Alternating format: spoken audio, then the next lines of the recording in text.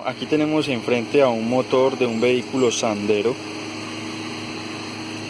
Vamos a hablar un poquito de las partes que componen este automóvil. En la parte delantera, donde se encuentra el motor, aquí tenemos la tapa de llenado del aceite, la espada o la bayoneta con la que se mide el nivel de aceite. Este es el módulo de encendido, donde saca los cables de alta que van conectados a las bobinas y a su vez a las bujías. Aquí encontramos el módulo del ABS. Aquí tenemos el depósito del líquido de frenos, el servofreno, el cilindro maestro y la bomba de vacío.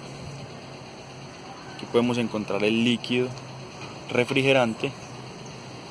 Este es el depósito del aceite de la transmisión.